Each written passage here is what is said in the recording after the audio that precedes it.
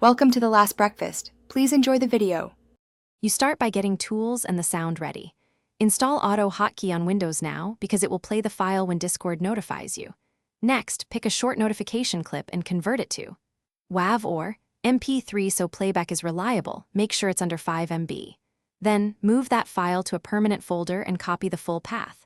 Once done, open a plain text editor and create a new awk script file where you'll write the automation logic. Now build the detection logic step by step.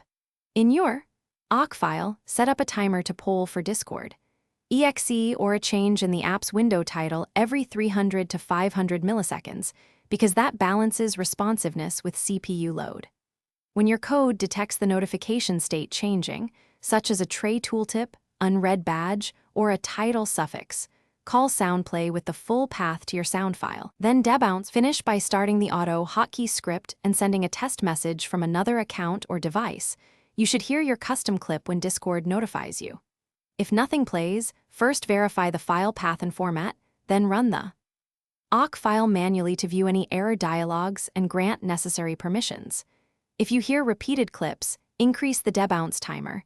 If you miss notifications, shorten the polling interval. One key troubleshooting tip: confirm Discord is the exact process name, Discord, exe, and not a store version with a different executable.